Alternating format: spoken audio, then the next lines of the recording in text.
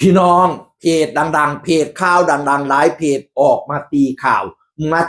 ว่าทีมเวทีแห่ออกกว่าครึ่งหมอลำคณะใหญ่คณะดังจักวงใดเมบอกมาเป็นปริศนาว่ามีหมอลำคณะใหญ่คณะหนึ่งบรรดาอันที่เขาค่อนว้อยผู้ยกเวทียกเขายกของน่ะลาออกมากกว่าครึ่งหนึ่งพี่น้องเอ๋ยเนื่องจากว่ามันบอกให้มีงานเดือนหนึ่งกับงานบ่มีงานบ่จัดงานบัดนี้เนี่ยข้าเจ้าก็ไปนะหมอลำมันก็บ่คุ้มค่าเพราะว่าจ้างเป็นรายวันมื้อใดมีงานจังจ่ายเสียเนี่ยมื้อใดบ่มีงานก็บ่ได้เงินบัดนี้เฮ็ดจังไดล่ะเดือนหนึงเฮ็ดงานบ่จักมื้อน่ะพี่น้องเอ๋ยผู้อยู่ทางบ้านทางเฮียนทางซ่านเขาสิกินอีหยังเข้าไปบ่ไหวก็เลยเฮลาออกมากกว่าครึ่งหนึ่งพี่น้องเอ๋ยข้าเจ้าก็ถามว่าขนาดใดเนาะขนาดใดเนาะหลายเพจก็มาลงดิเพจคนลูกทุ่งของคุณทอบนี่ก็มาลงพี่น้องเอ๋ยเพจสาวเนยอีสานขาบข้าวกะลาสะเทือนวงการลาออกฟ้าผ่ายกทีมคอนวอยเฮลาออกเกินครึ่งทีมสาเหตุหลักโรงงานไหลงานเงินหดต้องดูแลครอบครัวพนวาบ่มีงานเงินหดต้องดูแลครอบครัวเพจใดอีกล่ะพี่นี่เพจอิ่มกระแสข่าวชอกทีมคอนวอยเฮโบกมือล่าหมอลำคณะดังกว่าครึ่งเพราะงานน้อยจริงไหมบัสันว่าหลายเพจก็ออกมาตีเพจพี่น้องแต่ไม่รู้ว่าเป็นคณะไหนข้าเจ้าให้สังเกตว่าคณะใหญ่ๆเราไปตั้งเวทีเหลือเวทีน้อยๆนะมันเป็นนั่นละให้สังเกตคณะนั่นละเพราะว่าทีมงานอันแต่งเวทีคอนวอยเนี่ยมันลดลงก็เลยต้องลดขนาดเวทีลงพนะลังคนให้สังเกตจังซี่แต่ลังคนก็มีตัวย่อออกมาพี่น้องก็บ่รู้ว่าขนาดไหนเนาะเพราะว่าเดี๋ยวนี้ก็จังว่านั่นล่ะเนาะหมอลำก็หลายเด้บัดนี้ค่าจ้างก็แพงขึ้นงานเจ้าภาพนี่มันก็ไม่ค่อยมีเท่าไหร่นะแต่ว่างานผู้จัดนี่เยอะพี่น้องสมัยซุมื้อนี้คือผู้จัดเขาจ้างหมอลำคณะนี้ไปลงสนามนั้นไปลงสนามนี้ไปลงสนามนี้แล้วก็อ้อมสักกะสีเก็บเงินเอาเนี่ย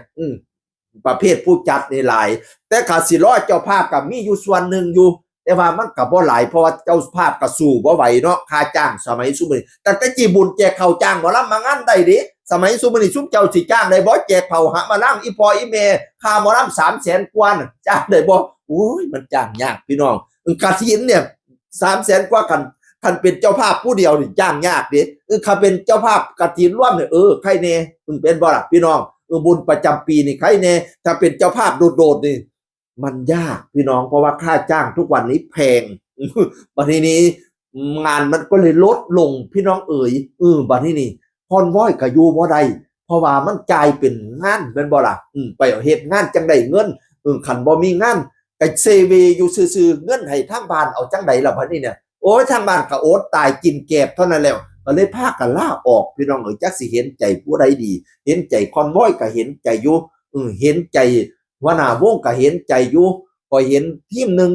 สมัยแต่ก่อนเราก็เป็นหมอลำดังอยู่พี่น้องจ้างมาเล่นทางบ้านข่อยเนี่ยนะแต่ว่าเราบ่ใครมีงานมื้อนั้นมาคอนวอยก็บ่ใครมีกว่าสิได้ขึ้นแสดง4 ทุ่มกว่าเนื่องจากว่าคนหน่อยตั้งห้านมาสั่นก็เห็นตั้งบ่จักคนพี่น้องเอ๋ยโอ้ยมันเป็นยุควิกฤตเหมือนกันนะเพราะว่าทุกอย่างเราขยายหมดเวทีก็ขยายเครื่องเสียงก็ขยายการโชว์ก็ขยายเมื่อทุกสิ่งขยาย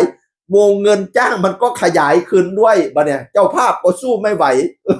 บัดนี้งานมันก็เลยโหดโอ้ยจักสิว่าจังไดดีข่อยก็ได้เป็นกำลังใจให้สุกำสุดฝ่ายนั่นล่ะเนาะอันผู้มีงานหลายกับปันในผู้ก็มีงานหน่อยได้บ่บางคณะก็โอ้ยงานจะนอดปี6970อีพออีแม่ก็ก็เห็นใจอยู่ผู้วงน้อยก็ได้เป็นกำลังใจให้เด้อแล้วก็ตาลิตูนคอนไฟพร้อมเป็นกำลังใจให้คือกันสู้พี่น้องเอ๋ยเสียงคนเก่ารวมสู่นับกันเด้อสวัสดีครับสวัสดีครับ